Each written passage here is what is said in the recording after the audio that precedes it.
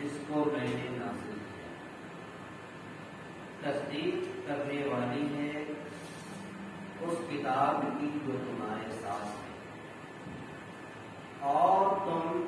سب سے پہلے انکار کرنے والے نہ بنو، اور میری آیتوں کو نہ بیچو تھوڑی معمولی سی قیمت کے بدلے، اور تم خودی سے ڈرو، اور حق کو باطل کے ساتھ نہ ملاؤ، وَتَكْتُمُ الْحَقَّ، اور حق کو مت چھپاؤ اس حال میں کہ تم جانتے ہو، اور نماز قائم کرو اور زکوٰۃ ادا کرتے رہو، اور رکوع کرو رکوع کرنے والوں کے ساتھ۔ کیا تم لوگ حکم کرتے ہو لوگوں کو نیکی کا اور بھول جاتے ہو اپنے آپ اس حال میں کہ تم کتاب کی تلاوت کرتے ہو؟ کیا تم عقل نہیں رکھتے؟ اور مدد چاہو صبر کے ذریعے سے، نماز کے ذریعے سے، اور یہ چیزیں بوجھ ہیں مگر خاشعین پر، ڈرنے والوں پر۔ وہ لوگ ہیں جو گمان کرتے ہیں کہ بے شک مجھے اپنے رب سے ملنا ہے، ملاقات کرنی ہے، اور انہی کی طرف لوٹنا ہے۔ حضرات سامعین، چند آیت کریمہ کی تلاوت ہوئی، یعنی 41ویں آیت، 42، 43، 44 اور 45، 46۔ لیکن شروع کی 3 آیت کریمہ، اللہ تبارک و تعالیٰ نے اس آیت کریمہ کے اندر ایک عام پیغام دیا ہے۔ یہ پیغام کفار مکہ، مشرکین مکہ کو بھی تھا، یعنی اس سے قبل جتنی بھی امت روئے زمین پر گزری ہے سبوں کو یہ پیغام عام تھا، اور یہی پیغام قیامت تک کے آنے والے انسانیت کے لیے ہے، قیامت تک کے آنے والے لوگوں کے لیے بھی یہ پیغام ہے۔ اس آیت کریمہ کے اندر اللہ تبارک و تعالیٰ نے کہا کہ تم ایمان لاؤ ان کتابوں پر، ان چیزوں پر جس کو میں نے نازل کیا ہے۔ یہ خطاب ہے پہلی سابقہ امت جو پہلی کتاب اپنے آپ کو پھیلائی، جن کو اللہ تبارک و تعالیٰ نے کتاب دیا، چاہے وہ کتاب توریت کی شکل میں ہو، چاہے وہ کتاب زبور کی شکل میں ہو، چاہے وہ کتاب انجیل کی شکل میں ہو، جس کو اللہ نے اہل کتاب بنایا ان سے کہا کہ تم ایمان لاؤ ان کتابوں پر، ان کتابوں پر، ان چیزوں پر جس کو میں نے نازل کیا، اور وہی کتاب جو تصدیق کرنے والی ہے جو تمہارے پاس کتاب موجود ہے، یعنی توریت کی تصدیق کرنے والی یہ کتاب ہے۔ اس کی تصدیق یعنی کتاب اللہ جو آخری اور ابدی اور دائمی کتاب ہے، یہ کتاب ان تمام کتابوں کی تصدیق کرتی ہے۔ اور آگے کہا ہے جملے کے اندر کہ تم سب سے پہلے کافر نہ ہو جاؤ، یعنی یہ انہیں متنبع کر دیا اور ہدایت دے دیا کہ تم سب سے پہلے انکار کرنے والے ہدایت کا اور انکار کرنے والی آسمانی کتاب کا جس کو میں نے نازل کیا، ایسا نہ کہ سب سے پہلے تم انکار کرنے والے ہو جاؤ۔ تو گویا کہ یہ پیغام دیا کہ تم انکار کرنے والے نہیں بلکہ قبول کرنے والے بنو، اور پھر آگے کہا کہ تم معمولی سی قیمت کے بدلے میری آیتوں کو نہ دو، یعنی کلام اللہ کی کتاب اور کلام اللہ جو بابرکت اور باعظمت کتاب ہے، اس کتاب کے اندر جو اللہ تبارک و تعالیٰ نے بے شمار آیتیں نازل فرمائی ہیں،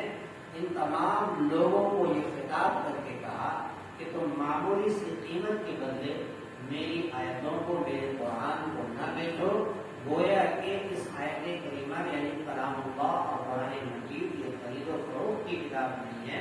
بلکہ اللہ تبارک و تعالیٰ نے اس کے اندر ہدایت رکھا ہے۔ پروردگار عالم نے قیامت تک کے آنے والے انسانیت کے لیے اس کے اندر ہدایت رکھا ہے۔ اس لیے کہا کہ تم اللہ کی کتاب کو یعنی کلام اللہ کی آیت کو تھوڑے سے قیمت میں نہ بیچو، اور تمہارے اندر اگر ڈر اور خوف ہونا چاہیے تو وہ صرف ہمارا ڈر اور ہمارا خوف دل کے اندر ہونا چاہیے، غیر اللہ کا یا اللہ کے علاوہ کا خوف نہیں ہونا چاہیے۔ پھر آگے کہا کہ تم حق کو باطل کے ساتھ گڑگڑ نہ کرو، ملاؤ نہیں، جو حق ہے وہی حق بولو اور اس کے حق پر عمل کرو۔ ایسا نہ ہو کہ تم تھوڑے سے معمولی دنیاوی فوائد کے خاطر، منافع کی خاطر حق کو باطل کے ساتھ، باطل کو حق کے ساتھ ملا کر کے گڑگڑ کر دو اور ملا دو، یہاں تک کہ وہ حق واضح نہ ہو اور خود بھی گمراہ بنو اور دوسروں کو بھی گمراہ کرو۔ وقت تم الحق کا وانتم تعلمون، اور اسی طریقے سے کہا کہ اللہ تبارک و تعالیٰ کی طرف سے جو حق بات آتی ہے، جو حق کتاب یعنی کلام اللہ جو حق پیغام اور حقیقت بات لے کر کے آئی ہے، وہ حق باتوں کو تم چھپانے والے نہ بنو، کیونکہ تم جانتے ہو کہ کون سی چیز صحیح ہے، کون سی چیز درست ہے، اور کون صداقت پر مبنی ہے، کون سچائی پر مبنی ہے، تمہیں اس کا پورا علم ہے۔ اسی طریقے سے آگے کہا کہ تم نماز قائم کرو اور زکوٰۃ ادا کرو، وَارْكَعُوا مَعَ الرَّاكِعِينَ، اور رکوع کرو رکوع کرنے والوں کے ساتھ، جھکنے والوں کے ساتھ۔ اس آیت کریمہ میں یہ اجتماعیت کا کنسیپٹ ہے کہ اللہ تبارک و تعالیٰ نے کہا کہ نماز قائم کرو، ایک نماز ادا کرنا نہیں کہا، نماز پڑھنا نہیں کہا، بلکہ نماز قائم کرو۔ نماز قائم کرنے کا مطلب یہ ہے کہ کوئی ایک آدمی اگر نماز پڑھ رہا ہے تو اس کو نماز قائم کرنا نہیں کہیں گے، بلکہ اس کو نماز پڑھنا کہیں گے، نماز ادا کرنا کہیں گے۔ یہ نماز قائم کرنا، تو قائم کرنے کے اندر اللہ تبارک و تعالیٰ نے ایک بہت بڑی اجتماعیت کا کنسیپٹ دیا ہے کہ یعنی پوری اجتماعیت کو برقرار رکھتے ہوئے تم نماز قائم کرو، اور اللہ تبارک و تعالیٰ کی جو محبوب عبادت ہے اس کو اپنے طور پر یعنی اجتماعیت کے ساتھ ادا کرنے کی کوشش کرو۔ اور پھر آگے کہا کہ تم جھکنے والوں کے ساتھ، کتنا اچھا پیغام اللہ نے دیا کہ تم رکوع کرو رکوع کرنے والوں کے ساتھ۔ اس آیت کریمہ میں یہ دیکھیے کہ اللہ تبارک و تعالیٰ نے نماز کو اجتماعیت کے ساتھ قائم کرنے کا حکم دیا، اور ساتھ ہی کہا کہ نماز ہی قائم مت کرو صرف، بلکہ ساتھ ساتھ تم رکوع جھکنے والوں کے ساتھ رکوع کرو رکوع کرنے والوں کے ساتھ۔ اس آیت کریمہ میں ایک بہت بڑا اہم پیغام ہے۔ دیکھیے وَآمِنُوا بِمَا أَنزَلْتُ، وَآمِنُوا ایمان لاؤ، بِمَا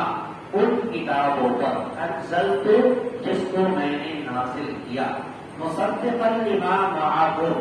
جو تصدیق کرنے والی ہے لما ان کتابوں کی، معکم جو تمہارے پاس ہے، جو تمہارے ساتھ ہے وہ کتاب توریت ہے، جس کتاب کو اللہ نے آسمان سے اتارا، جو کتاب تمہارے پاس موجود ہے، یہ کتاب ان تمام کتابوں کی تصدیق کرنے والی ہے اور صداقت پر مبنی ہے۔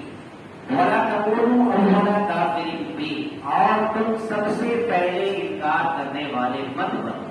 اس کا مطلب یہ ہے اس آیت کریمہ کا، اس جملے کا، کہ اگر کبھی ایسا ہو کہ اگر تم نے آیت کو انکار کر دیا،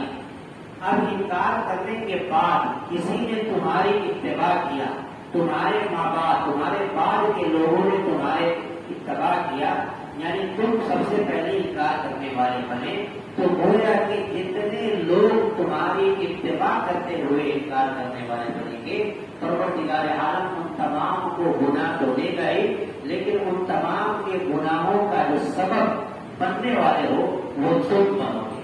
اسی طریقے سے کہا کہ اگر کوئی شخص دنیا کے اندر گناہ کرتا ہے اور گناہ کی طرف کسی کو بڑھاتا ہے تو خود تو گنہگار ہے، خود تو ان کو جو ہے اللہ تبارک و تعالیٰ کی طرف سے عذاب ملے گا، سزا ملے گی، لیکن ان کی اتباع جو کرتا ہے ان کو بھی پروردگار عالم جو ہے سزا دے گا۔ اسی طریقے سے اگر اس کے برخلاف اگر کوئی نیک کام کرتا ہے، اگر کوئی نیک کام کرنے کا کرانے کا اگر سبب بنتا ہے تو اللہ تبارک و تعالیٰ اسے بھی ثواب عطا کرتا ہے، اور جو اس کے نقش قدم پر چلتا ہے اور جو ان کے بتائے ہوئے طریقے پر نیک کام کرتا ہے تو اللہ تبارک و تعالیٰ ان کو بھی ثواب عنایت فرماتا ہے۔ اسی لیے کہا کہ تم نماز قائم کرو، ولا تکونوا اول کافر بھی، سب سے پہلے انکار کرنے والے تم مت بنو، ولا تشتروا بآیاتی ثمنا قلیلا، اور تم میری آیتوں کو معمولی قیمت کے بدلے فروخت نہ کرو۔ اس آیت کریمہ کے ذریعے سے مسئلہ سامنے آتا ہے کہ مسئلہ یہ ہے کہ قرآن کریم کے پڑھنے پڑھانے پر اجرت لینا کیسا ہے۔ تو اس کے اندر امام مالک، امام شافعی، امام احمد بن حنبل رحمۃ اللہ علیہ کہتے ہیں کہ یہ جائز ہے، لیکن علماء احناف میں بہت سے لوگ، علماء احناف کے نزدیک کہتے ہیں جائز نہیں۔ یہ پہلے کے متاثرین علماء احناف جو بعد کے جتنے بھی علماء احناف انہوں نے جب ریسرچ کیا اور جدید فقہی مسائل نکالا تو انہوں نے کہا کہ اگر قرآن مجید کے پڑھانے پر یا پھر نماز پڑھانے پر یا مدارس کے اندر پڑھانے پر اگر اجرت نہ دیا جائے تو ظاہر سی بات ہے کہ ایسے علماء جو پڑھ کر کے نکلتے ہیں وہ اپنا گھر چلانے کے لیے وہ اپنا دنیاوی کام اور کاج کریں گے، لہذا اس سے یہ نقصان ہوگا کہ اکثر و بیشتر قرآن کے قاری پڑھنے پڑھانے کے بجائے دوسرے دیگر کاموں میں لگ جائیں گے، یہ سلسلہ ٹوٹتا چلا جائے گا اور نتیجہ یہ ہوگا کہ پھر علم کا فروغ نہیں ہو پائے گا۔ اس لیے علماء احناف جو بعد کے لوگوں نے اس پر جواز کا فتویٰ نکالا کہ تعلیم قرآن کے اوپر اجرت لینا درست اور جائز ہے۔ وَلَا تَلْبِسُوا الْحَقَّ بِالْبَاطِلِ وَتَكْتُمُوا الْحَقَّ وَأَنْتُمْ تَعْلَمُونَ، اور تم حق کو باطل کے ساتھ نہ ملاؤ، وَتَكْتُمُوا الْحَقَّ، اور حق کو نہ چھپاؤ اس حال میں کہ تم جانتے ہو۔ یہاں پر مراد اہل کتاب ہے کہ اہل کتاب جو اپنے آپ کو حق کو چھپاتے تھے اور حق کے ساتھ باطل کو ملا کر کے لوگوں کے سامنے پیش کرتے تھے، تو یہاں پر انہیں سختی سے منع کیا گیا ہے۔ سورہ آل عمران کے اندر ایک آیت ہے، یا اہل الکتاب لم تلبسون الحق بالباطل، یا اہل کتاب، اے اہل کتاب تم کیوں حق کو باطل کے ساتھ ملاتے ہو، لم تلبسون الحق بالباطل وتكتمون الحق وانتم تعلمون، اور تم حق کو نہ چھپاؤ اس حال میں کہ تم جانتے ہو۔ تو وہ قرآن سے اہل کتاب ہے اور سختی کے ساتھ منع کیا گیا کہ حق کو باطل کے ساتھ نہ ملاؤ، جو حق ہے وہ اپنے حق پر رہنے دو، باطل کو باطل کی جگہ پر رہنے دو، اور حق کو نہ چھپاؤ اس حال میں کہ تم جانتے ہو۔ وَأَقِیمُوا الصَّلَاةَ وَآتُوا الزَّکَاةَ وَارْكَعُوا مَعَ الرَّاکعِینَ، اور نماز قائم کرو اور زکات ادا کرتے رہو۔ نماز قائم کر، اقیموا الصلاۃ، جگہ جگہ قرآن میں ذکر ہے، اقیموا الصلاۃ، اقیموا الصلاۃ، نماز قائم کرو. تو گویا اس کے ذریعے سے ہمیں اجتماعیت کا ایک کنسپٹ ملا کہ نماز کو قائم کرنا ہے، نماز خود بھی پڑھنا ہے اور دوسروں کے ساتھ مل کر کے اجتماعیت کے ساتھ اسے قائم کرنا ہے. اور زکوٰۃ ادا کرتے رہو، زکوٰۃ ادا کرو. وَارْكَعُوا مَعَ الرَّاكِعِينَ، اور رکوع کرو رکوع کرنے والوں کے ساتھ، عاجزی کرو عاجزی کرنے والوں کے ساتھ، اور گر گراؤ گر گرانے والوں کے ساتھ. اس آیت کریمہ میں اللہ تبارک و تعالیٰ نے پورے لفظوں میں بتا دیا. ابھی دنیاوی اعتبار سے اگر کسی کو کہا جائے، پتہ بتا دے کہ فلاں جگہ میلے میں چلے جائے، وہاں پر آپ کو سامان 10 روپے سستی قیمت میں ملے گی، تو لوگ وہاں پر بہت پہلے جائیں گے. لائن میں لگنے کا نمبر آئے تو لائن میں لگیں گے، اور صبح سے شام تک رکنا پڑے تو وہاں پر رکیں گے. کیوں؟ اس لیے کہ 10 روپے 20 روپے ہمیں مہنگے سامان سستے قیمت میں مل رہا ہے. لہٰذا یہاں پر اللہ تبارک و تعالیٰ نے جب کہہ دیا کہ نماز قائم کرو، زکوٰۃ دو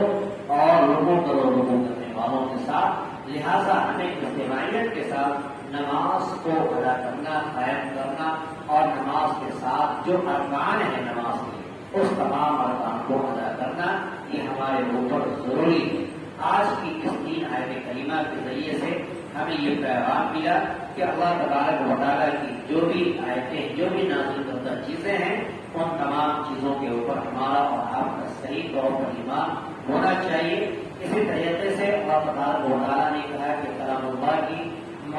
کی آیتوں کو معمولی قیمت کے ذریعے سے نہ فروخت کرو، اور ایسے ہی کہا کہ حق کو باطل کے ساتھ، باطل کو حق کے ساتھ تم کبھی نہ ملاؤ، اور حق کو چھپانا زندگی کے اندر کبھی نہ لانا، بلکہ حق کو ظاہر کرنا، اس کو نہیں چھپانا چاہیے. اور ساتھ ہی نماز قائم کرو اور زکوٰۃ ادا کرتے رہو اور رکوع کرو رکوع کرنے والے کے ساتھ، یعنی اجتماعیت ہمارا برقرار ہونا چاہیے. دعا کریں کہ اللہ تبارک و تعالیٰ ہم سب کو جو آج کی اس آیت کریمہ کے ذریعے سے ہمیں سبق ملا، پیغام ملا، ان تمام پیغام پر، اس کے عمل پر ہم سب کو عمل کرنے کی توفیق عطا فرمائے، اور اس کے فرمان پر ہم سب کو صرف دل سے عمل کرنے کی توفیق عطا فرمائے. آمین. وآخر دعوانا الحمدللہ رب العالمین. اللهم صل على سيدنا محمد وعلى آل سيدنا محمد. ربنا آتنا في الدنيا حسنة وفي الآخرة حسنة وقنا عذاب القبر وقنا عذاب الحشر وقنا عذاب الدين. یا الہ العالمین رب کریم اور لا یعلم. اے اللہ درس قرآن جو آج کا پڑھا گیا ہے، سنا گیا، اے اللہ ہم سب کو اس پر عمل کرنا. اے اللہ ہم سب کو شوق، لگن، جذبے کے ساتھ قرآنی آیتیں کے ترجمے کو، تفسیر کو اے اللہ سماعت کرنے کی توفیق عطا فرما. اے اللہ اس پر عمل کرنے کی توفیق عطا فرما. اے اللہ اس آیت کریمہ کو ہم سب کے لیے، ہم سب کے آباء و اجداد کے لیے نجات کا ذریعہ بنا. اے اللہ جتنی لوگ درس قرآن کے اندر شرکت کرتے ہیں، اے اللہ جو کر رہے ہیں شوق سے، لگن سے، اے اللہ ہم تمام لوگوں کو اپنے دین کے لیے قبول فرما، اپنے دین پر استقامت عطا فرما. اے اللہ پورے عالم میں بطور خاص قرآن کریم کی برکت سے اپنا کام قائم فرما. اے اللہ آنے والے وقت میں ان کے ہندوستان میں منصف مزاج ہمارا قائم فرما. ہماری دعاؤں کو حبیب پاک صلی اللہ علیہ وسلم کے فیض قبول عطا فرما. صلی اللہ تعالی علی محمد وعلی آلہ وصحبہ اجمعین برحمتک یا